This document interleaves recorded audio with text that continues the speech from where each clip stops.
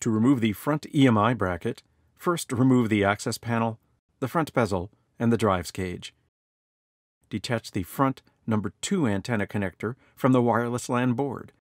Disengage the front antenna cable from the cable guides on the front EMI bracket.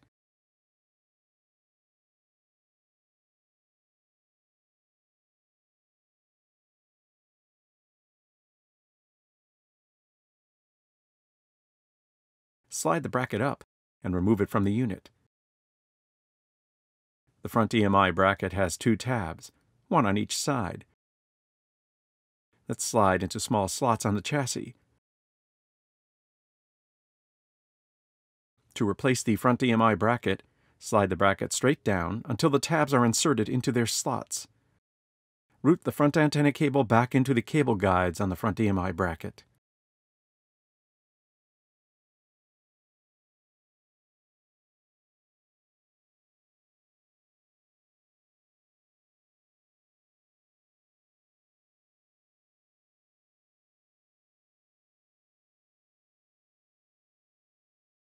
Reconnect the front antenna cable to the wireless LAN board.